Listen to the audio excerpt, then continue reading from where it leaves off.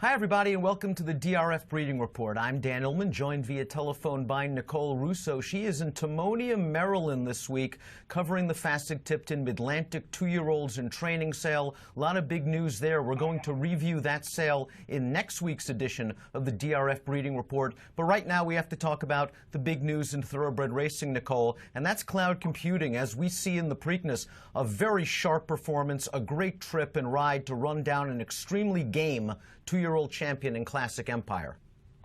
Yeah, and wow, cloud computing, what a breakout horse for the first crop of McLean's Music standing at Hillendale Farm.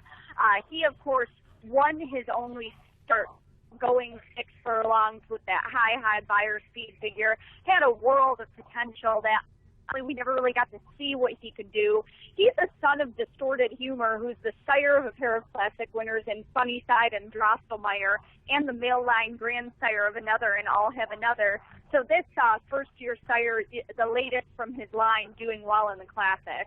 And Chad Brown has managed this horse masterfully. Cloud Computing, of course, did not have any 2-year-old experience. He did qualify for a starting berth in the Kentucky Derby, but Chad and the connections decided to be patient, and the patience certainly paid off, and it's wonderful to see these connections. They've invested a lot of money in this game, get a classic win with Cloud Computing. You mentioned McLean's Music. We're actually going to go back and take a look at his one and only start. You mentioned a 114 Beyer speed figure. There he is in those Stone Street colors, just running away from this field under a hand ride, and you have to wonder what could have been if McLean's Music unfortunately did not get hurt. Obviously a brilliant effort, and this is going to do a lot for his stud value. A lot of folks, I think, saw this race from McLean's Music and wondered, speed, speed, speed, but now he has a classic winner. Yeah, certainly. It's kind of interesting. Usually you look at what a stallion did on the track and you use that as an indicator of what his foals could do. But in the case of a horse like this, where his career was cut short, you're almost waiting to see what the foals do on the track and use that to infer what the stallion could have done if he had stayed around longer. So certainly with a horse like Cloud Computing, you're wondering, gee, could the sire have stretched out if he'd been given a chance? Cloud Computing does get some additional bottom from the female side of this page. He's out of the multiple graded placed mare Quick Temper, who's by APND, and out of the very good handicap mare Halo America.